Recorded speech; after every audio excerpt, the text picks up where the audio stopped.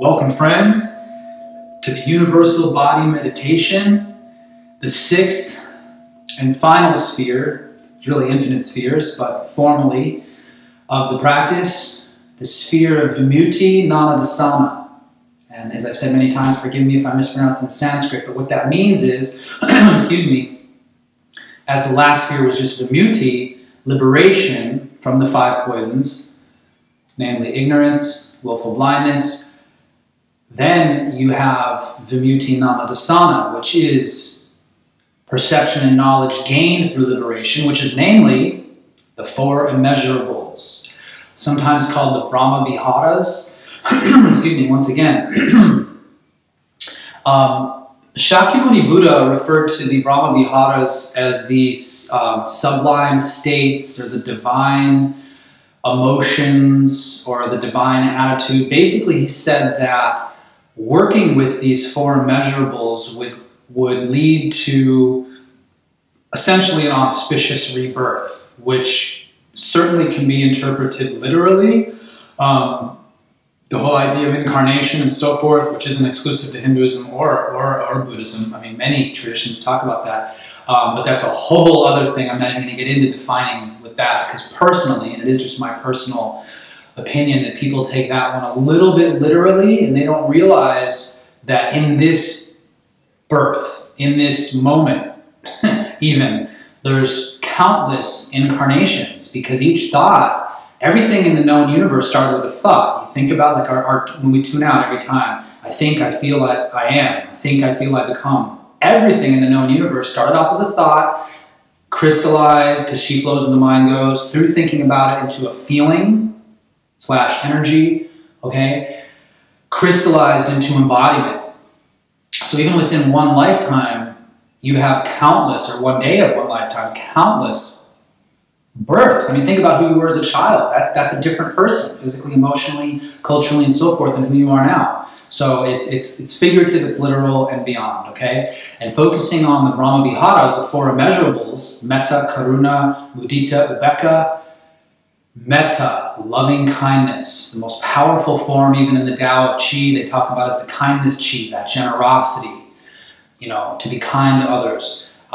Metta, karuna, compassion, okay, which is basically the interest in to alleviate other people's suffering. You see somebody else suffering and you just want to help them, which is one of the biggest problems in this world, you know, with the inbreeding and stuff that a lot of our leaders are into. It makes people, they say, psychopathic, which just means that you not only don't care about it, but you have an incapacity to feel for another person, which I guess in the name of politics, to be as shrewd as it takes in the current system to get things done, I can see where that, at least on their level of whatever they're going through with domination and stuff, is desirable. But in the big picture, it just, you know, doesn't work. So that, you know, that compassion that, hey, you're suffering, let me help you. I mean, it's not one of the most powerful, if not the most powerful and highly revered virtues in all systems, not just Buddhism, okay? So that compassion, metta, karuna, mudita, the highest levels of joy.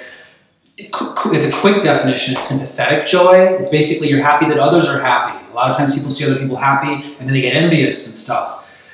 It's you're seeing somebody in that happy state and you're happy that they're happy. Kind of like the previous one, compassion. You know, they're suffering, you help them overcome that suffering, and now they're happy, and you're so happy that they're happy, that kind of thing. Which is one of the biggest differentiations, even with, you know, Mahayana, Hinayana, you know, they call lesser and greater vehicle of Buddhism. The Mahayana vow is that to consciously come back in this cycle of birth and rebirth, until all humans are, you know, liberated. And I personally gravitate a little bit closer, which is why they take wives and so forth, you know, to stay in this plane of the earth, so to speak. I gravitate a little bit more towards that idea, just because I view all of humanity as a single organism, of which we are each individual cells. Okay? So that, to me, is a little bit of a more encompassing view. I'm not going to go too much deeper with defining that, because that gets into all the layers of the, you know, rebirth and so forth. I mean, in the Tao Te Ching, for example, there's not one mention of rebirth, of reincarnation. They, you know, they just have a different view. And so I'm not saying that that's totally where I'm at. But bottom line, I mean, I think that all, like I said, we're all different cells of the same organism called humanity. And a lot of times people are like, you know, what chi flows when the mind goes, and whatever you put your attention on, you know, so you put your attention on being virtuous and all these bodhisattva virtues, you're going to start tuning into all those who came before you. And so you think, oh, that was me. I was that exact person, or you're a warrior, and I was Genghis Khan, and all this stuff. Well, the Akashic record is there for the taking of anybody who tunes into it. So if those ideas that those people that came before you resonate very closely to you, they're going to seem like they're your own. And in many regards, if humanity is one organism, they are. They are. But that was kind of the little quick soundbite I kind of didn't want to get into, but it's already out there, so I'll just let it be. Kind of my own little bigger picture of this whole idea of reincarnation is that you're part of a big organism. And that's just humans that are living. If you think about the timeless nature of this universe, it's real, you know, where it all connects. It's really all ever have existed, all that came before and all that are to come. You can tune in with any level of that, okay? When you really start working with this and other practices that, you know, universal body. I mean, if you're sitting at the center body of the universe, it's all just one line, okay? So anyway, just a little soundbite on reincarnation and things. So, back to the point of this video. Metta, Karuna, Mudita, Upekkha. Upekkha is the equanimity.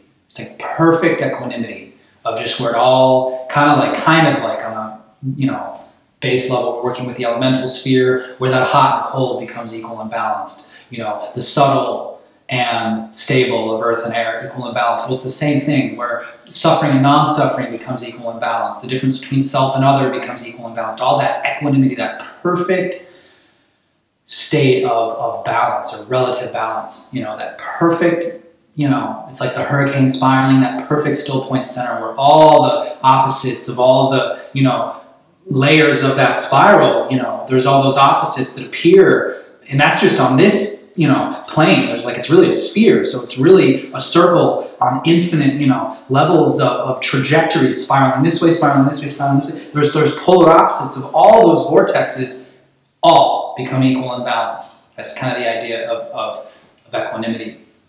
You know, one definition, I mean, these are the four immeasurables, so they really can't be measured. They're so huge, but that's why I love this practice.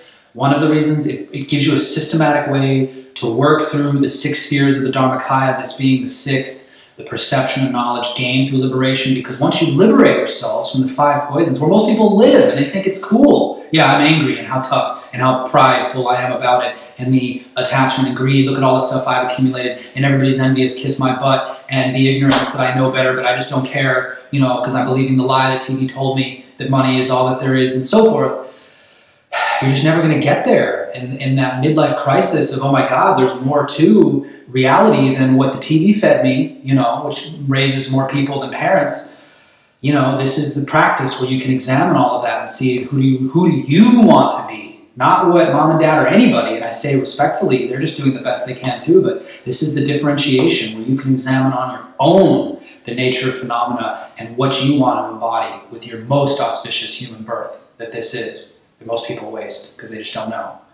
All right? So this is where we focus on the 4 immeasurables. So that's what we're going to do. We're going to, once again, we're just going to bring attention to the sphere with the repetitive words, samaraham, and allow to fall into oneness with our mind at rest and rest, the layers of our mind, the sphere of Dharma, feeling, memory, thought, awareness. That awareness expands. Then we go through the Eightfold Noble Path, the 3 spheres of Sila, Samadhi, and Panna, which within those 3 spheres, you've got the Eightfold Noble Path, the 3 spheres in Sila, right speech, right action, right livelihood, the 3 spheres in Samadhi, right effort, right mindfulness, right concentration, the 3 spheres in the sphere of wisdom, Panna, right understanding, right intent, to what? Chop off the 5 poisons, which are the next spheres in the sphere of vimutti, aversion, pride, attachment, envy, the ignorance they all branch out of, and then it brings us to the vimutti nadassana, the knowledge and perception, namely the 4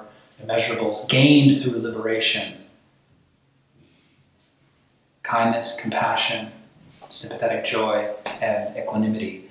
And then what we get to is, just to give you a quick soundbite, and then we'll do it, no more talking, or no more, context, and long-winded talking, I should say, is what the majority of people that practice this, as I mentioned in the first video, the 18 bodies, they start expanding this crystal body, which basically is your chi body. Basically, the term chi, your astral body and your chi body, the term chi and astral and soul, by the way, in the Tao, the way they define it, okay?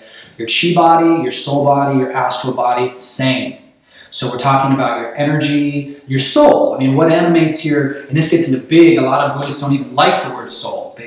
So there's a lot of, you're going to have to define for yourself what reality is. And this method will help you do that. But anyway, just to cut to the chase, we're just going to use now the 6 spheres of the Dharmakaya, then drop into the center, and then we're going to, start expanding our body out just so you can get a little sound bite of what that looks like, and you can work on it on your own. I mean, they do 18 bodies, which again is really 9. There's just a dense and a refined form of each one.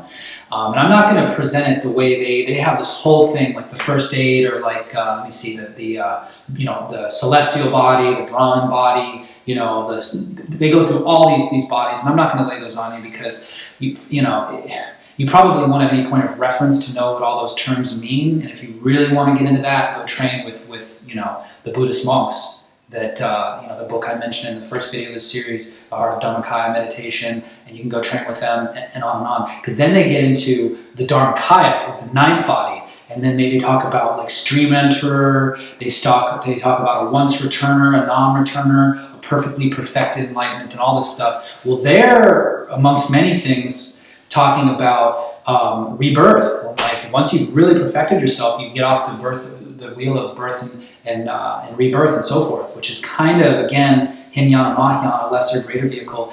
The Hinayana, they don't want to be reborn. They just don't want to. They want to, it's all suffering and this whole thing, and they get off. And the Mahayana, they do it because they want to, unless everybody is enlightened, the true big picture of humanity is not enlightened. I mean, that's kind of the idea. These are very general, terms and definitions I'm giving you, but basically, that's the idea. So for me, again, leaning a little bit more towards the greater vehicle, that I'm not using, because it's all chi flows when the mind goes, law, cosmic and local, is governed by intention. I'm not using this practice to stop being reborn, because in my humble opinion, that's a little bit of a judgment on the human birth, the most auspicious birth of the 6 realms of Om Mani Padme Hum. Each syllable, gods and titans and humans and animals and hungry ghosts and demons, those are what those are. You go study them on your own. Like I said, that's a whole big picture right there if you haven't heard of them. So don't get scared, but bottom line, it's a very auspicious birth that most people waste, the human birth. They usually waste it. So I'm very clear about my intention, especially when we start expanding our bodies out and so forth, like these terms, the once returner, the non-returner, the perfectly perfected, and all this. For them, yes, it means they don't want to come back. They don't want to come back. The body, let it go, let it go. I mean, they don't even acknowledge, a lot of the Buddhists, if you really ask them, not only don't you have a body, you don't even have a soul. Doesn't, in a universe that is impermanent, it's like you don't even have, what is, re-embodying? What's birthing then? They would say neurosis, some of them. And there's no judgment. I asked them, that's what they said, just communicating. Like I look at my clothes, I see white, I ask them the question, this is what they said. There's no judgment there, but again, who do you listen to? People that have what you want. That's not what I want. I don't have that judgment on the body and on embodiment and so forth. So I'm using that definition of the once returner, the non-returner, the perfectly perfected, and all that. Once returner to my negative thinking. Like once you really do this practice, I notice, oh, I returned once to maybe a negative thought. I had aversion or whatever it was. You know what I'm saying? And you keep going, you keep going, you keep going, perfecting your mind, and then you'll be a non-returner. You won't return to your negative thinking, and then you'll be perfectly perfected. You'll be perfect. You'll see negative thinking so far in advance before it even gets into your field, of awareness, that it won't even touch you, and so forth. So that's kind of how more I've come to use this. Okay, because again, law is governed by intent, and I have no judgment, pure reverence and respect and gratitude for this human birth, and gratitude that I have learned this method to get. Because it's true. This is suffering. This is the cutting edge of consciousness. Is like that suffering, non-suffering fine line. This is a way to have the right relationship with it. that you can cut off the attachment that causes suffering to the unwholesome mental states that aren't good for you and good for others, namely the 5 poisons, okay? So there's some context for you. I guess the only other thing I want to say contextually, and then we'll hit the practice, is when you start expand, it's really the whole level of this. Every time the sphere expands, but especially once you get to expanding to progressively larger and larger bodies, generally the highest this 18 bodies go is for a Buddha, a crystal Buddha, like the one you see next to me, 40 meters.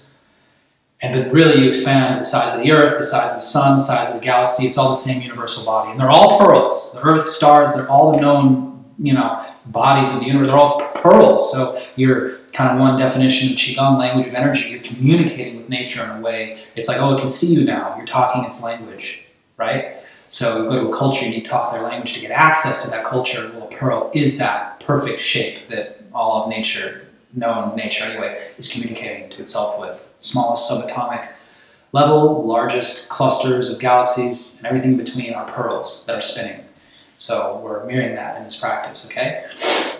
So, so we're going to go through the practice. The last thing I wanted to say regarding the bodies, really every level of this practice, but specifically the bodies, is we go through the 6 spheres of the Dharmakaya: Dharma, Sila, Samadhi, Pana, Vimutti, Nadassana. Then we see at the center of the center, basically ourselves, a crystalline meditator sitting inside of a crystal pearl, but the pearl is bigger than the one we're sitting in. So the first time you just do the sphere of Dhamma, feeling, memory, thought, awareness, that sphere expands roughly to the size of a meter, roughly the size of a meter around you, okay? We go from 1 to 40 meters.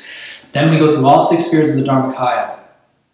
And then once we finish with this sphere, focusing on the 4 immeasurables, we return to the center, first, last, and always. And then within the nucleus of the pearl, inside, we see a pearl 2 meters in diameter.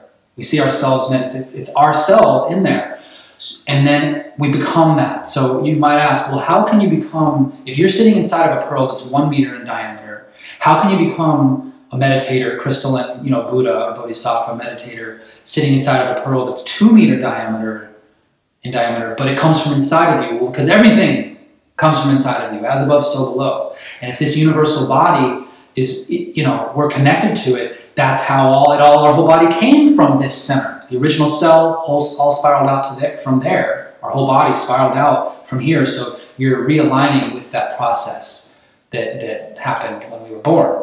Umbilical cord, original cell, which was a pearl, by the way, spiraled out from there. So you keep returning, and that's how it works. Every consecutive body, all the spheres are concentric, which means the center of them is the same center of your effortlessly breathing belly. And we do 1 meter, 2 meter, 1, 2, 4, 8. That's the order they give. I just keep expanding, and then it goes 9, 10, 20. 40 meters. That's how they do it in the original system, with expanding. But really, I just keep letting it go bigger and bigger, more pure, point being from the center. You see that more radiant pearl in your center, bigger, drop all your awareness to it, you become that. Okay, so it's bigger from within, expanding out, okay? There's the context, my friends, and I'm so happy that we've had a chance to take this journey. And once again, before we hit the practice, and then I'll tune out as always, just with the practice, that this is an evolving practice. I invite you to play with it and make it work for you. And once again, I'm a lay person, which just means a non-monk. So this is how I have come to practice it in almost 12 years of daily practice and just in the world, making it work for me. There's many people I know, monks and others, that have known it for longer, know it deeper. Every change I've made, which was really just, again, to recap, I use the chakra system versus all the spheres just in the head, so I can stay more grounded. I use this mudra versus this one, and I focus on where you feel the energy the strongest in the navel instead of just the solar plexus, and not how because they just pretty much put the center of the body in the solar plexus, but I put it where I feel it the strongest and recommend you do the same. And then the last thing, the main change that I made, again, well, it wasn't a change, just emphasis, was that rather than, because they didn't really even focus on the 4 layers of the Dharma sphere, feeling, memory, thought, awareness. They pretty much just said, See a crystal sphere with a radiant nucleus, keep emptying yourself to it, and kept expanding to these bigger and bigger bodies. That was the essence of what I learned, which is a great practice, and you can do that, but it was so literally out there, kept expanding, expanding. I was like, well, what am I doing this for? What am I getting from this? And until I systematically embodied all the layers of the Eightfold Noble Path of this practice, it didn't really yield the kind of results that I wanted. I still had attachment to unhealthy thoughts and so forth, not good for me and good for others. So my emphasis is more on the Eightfold Noble Path instead of just the, expanding your body out. But we are, in this stage of the practice in particular, going to get to that, okay, after we do the 4 measurables. So there we go. Let's dive right in. Let's go ahead and just, if you have time for just one thing, like yoga style, okay, alternate nostril breathing, literally just one alternate nostril breath. Just exhale all your air through your mouth. Take a long deep breath through your left nostril as your belly expands. And exhale through both nostrils. Take a long deep breath through your right nostril. Hold for a moment. Exhale through both nostrils. And let us dive in together. The 6th and final sphere. It's really a never-ending process, but formally the final sphere, the 6th in the Dharmakaya, the sphere of vimutti, nadassana.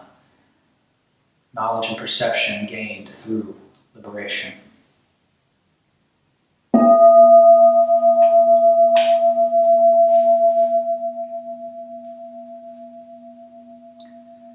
Come to meditation, ideally after yoga and pranayama, sitting in a comfortable meditative position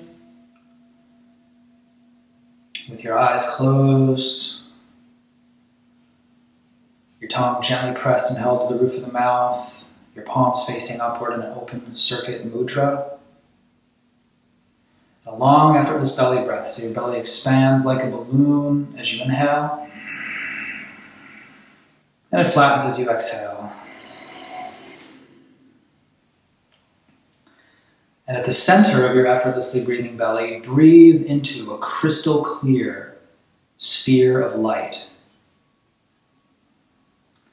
And connect your eyes, mind, and awareness to the radiant nucleus of the pearl and mentally recite the words Sama Araham, Sama Araham, Sama Araham to purify the sphere and to allow the 4 mental aggregates of feeling, memory, thought, and awareness to fall into oneness in the center of the body until the pearl becomes translucent and still, and the radiant nucleus of that sphere expands by itself to surround your body, such that you are now sitting inside of the crystal sphere. At which time immediately return attention to the center of the center and see inside of that new crystal pearl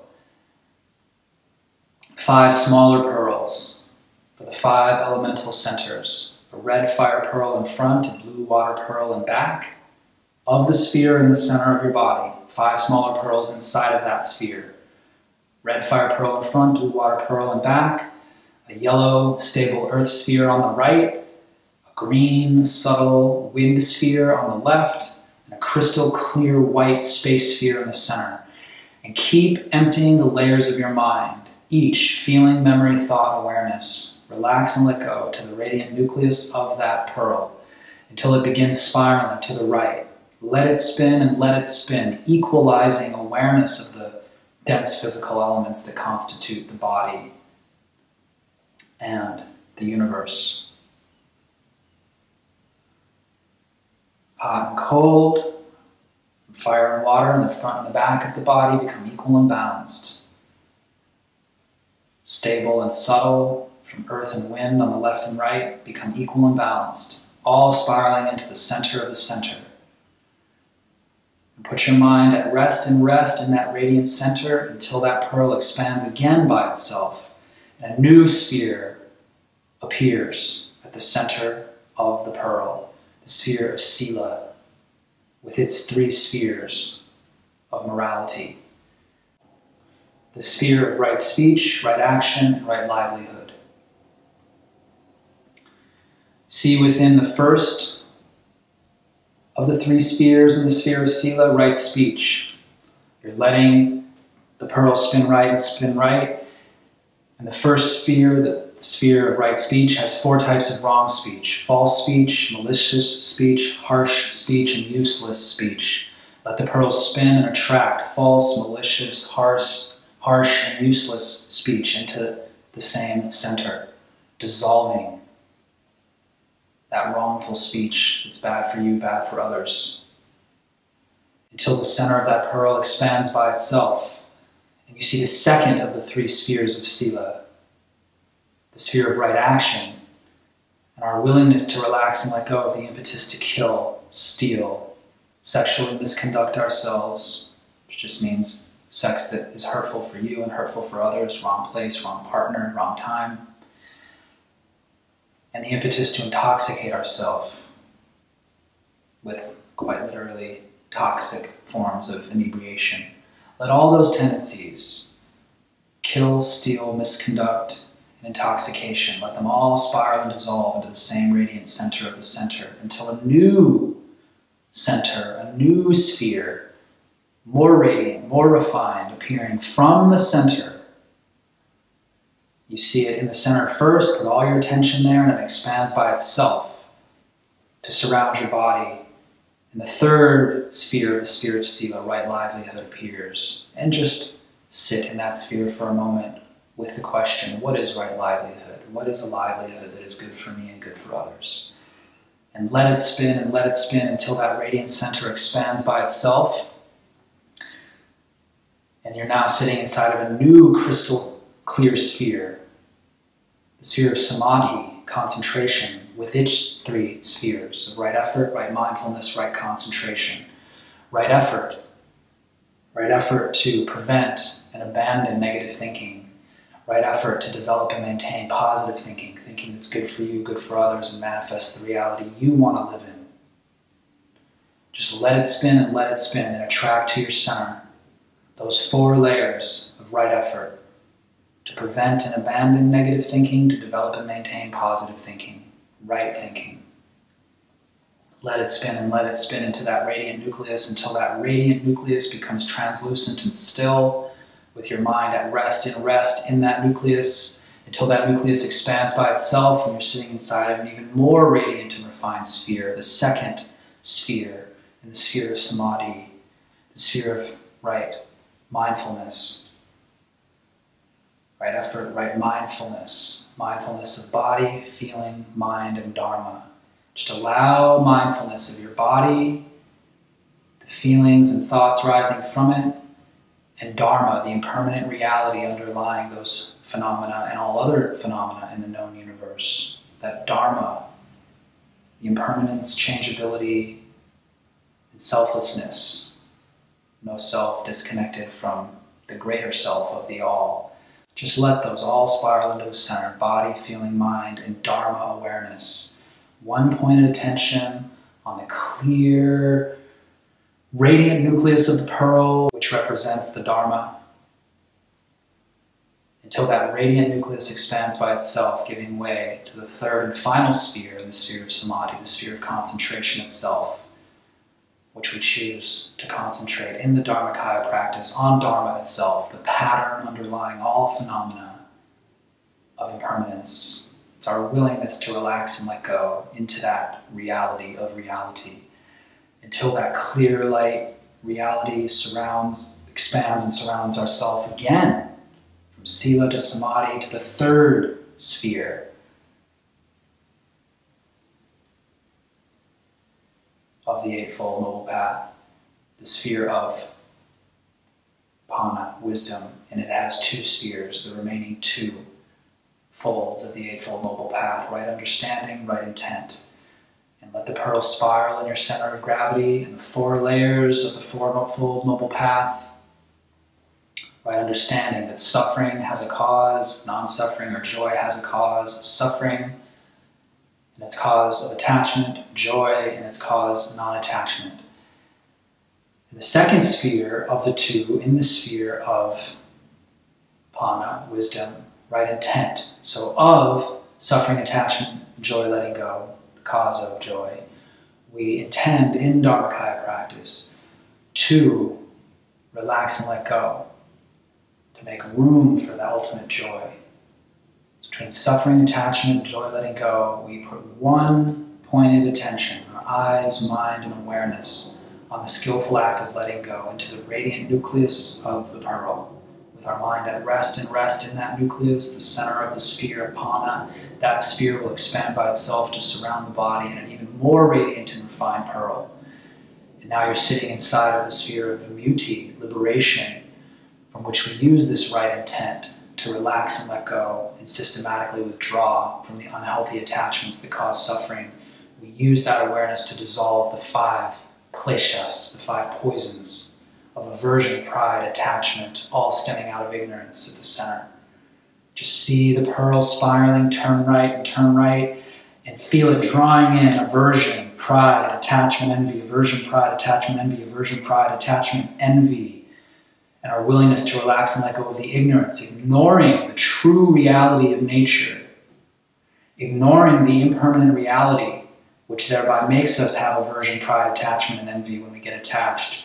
See it, relax and let it go. The aversion, pride, attachment, envy, and ignorance itself, let it all spiral into the center of the center until that center expands by itself to surround the body in an even more radiant and refined sphere, the sphere of vimutti, nadassana, the sphere of liberation, the perception and knowledge gained from liberation, namely the 4 immeasurables. You're now sitting inside of the sphere of the 4 immeasurables. Metta, Karuna, Mudita, Ubbeka. Now that you've cut off the 5 poisons of aversion, pride, attachment, envy, and ignorance, there's now room. You've sufficiently emptied yourself to now embody and become the 4 immeasurables, the 4 sublime attitudes, sublime states of loving kindness, of compassion to alleviate suffering for yourselves and all sentient beings, that willingness to help, the sympathetic joy, the highest joy, and equanimity. Just let the pearl in your center of gravity spin and let it spin and attract to it all of those qualities. Kindness, compassion, sympathetic joy, equanimity. Kindness, compassion, sympathetic joy, equanimity. Kindness, compassion, sympathetic joy, and equanimity. Fall into oneness with the mind at rest in the radiant center of the center of the center.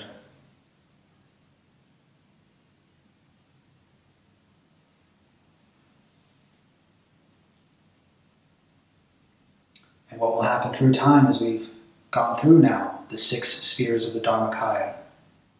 The Dharma sphere, feeling, memory, thought, awareness, sila, right speech, right action, right livelihood, samadhi, right effort, right mindfulness, right concentration, Pana, right understanding, right intent, to dissolve the 5 poisons, aversion, pride, attachment, envy, ignorance, making room for the 4 immeasurables of loving kindness, compassion, joy, sympathetic joy, that is, and equanimity. Now at the center of the center of the center, we see inside of the center a meditator sitting inside of a crystal sphere, much like, exactly like the one we're sitting inside of now, only the one we're sitting inside of now is only 1 meter in diameter. See in the center of the radiant center of the pearl, in the center of your effortlessly breathing belly, a meditator just like you. You see yourself in the same position you're facing, only now you see it inside of a 2-meter sphere. And once you can see that in your center of gravity, bring your awareness, your eyes, mind, and awareness to the radiant nucleus of that pearl and become that sphere. And let it surround your body such that you are now inside of a 2-meter crystal clear sphere.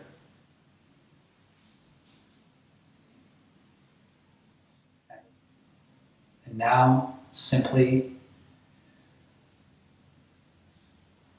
repeat the process for the 6 spheres of the Dharmakaya in your new kaya of a 2-meter crystal clear sphere and a crystal body that each cell of your body becomes with this practice.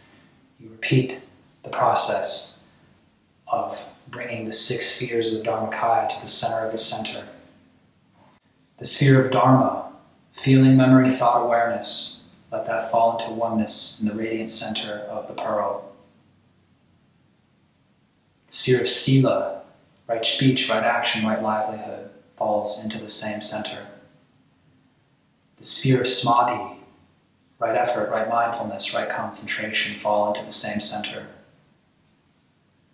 The sphere of Pana, right understanding and right intent to practice that right understanding, fall into the same center, the same radiant nucleus of the sphere, and expand to become the sphere of vimutti, an ability to chop off the 5 poisons that cause the most suffering: aversion, pride, attachment, envy, and ignorance that they stem from, all dissolves and becomes the pearl of vimutti, nadassana, perception and knowledge gained through liberation of the 4 immeasurables: loving kindness, compassion, sympathetic joy, and equanimity.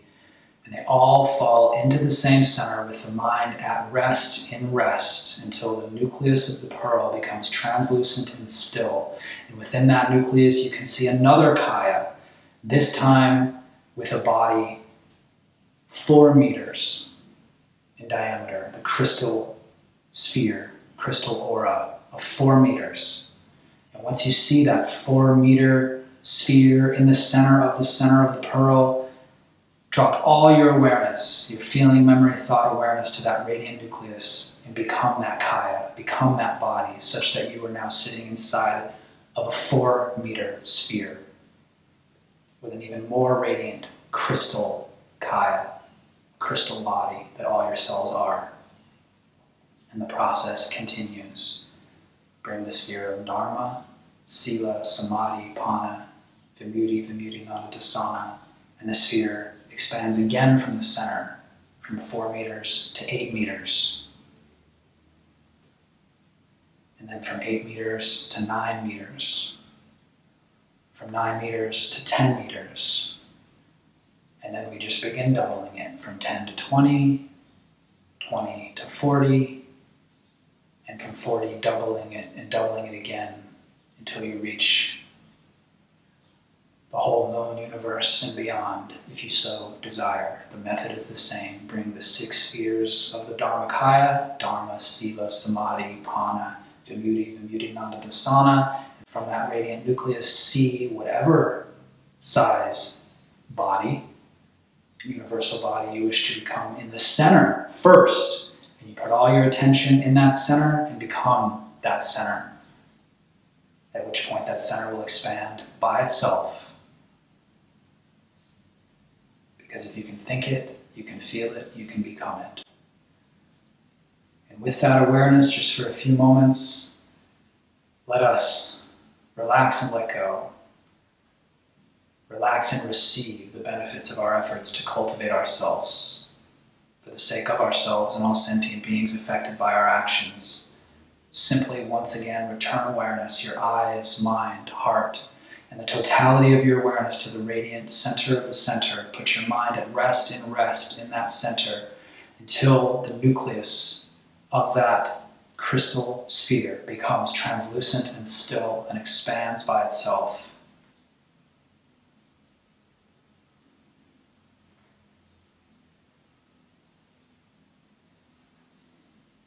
And into the radiant center of that center, relax and let go. Your feelings, your memory, thought, and awareness, relax and let go. Relax and let go. Be ever filled up with fresh energy. Relax and let go.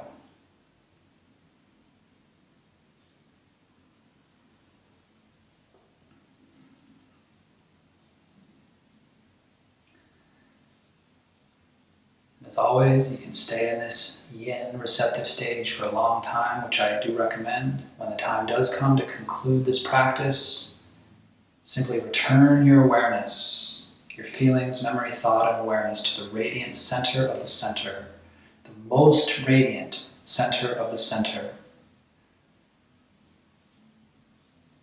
And whatever you feel on any level, your feeling, memory, thought, awareness. Put that awareness into the radiant center of the center. Collect, concentrate it there, and press save.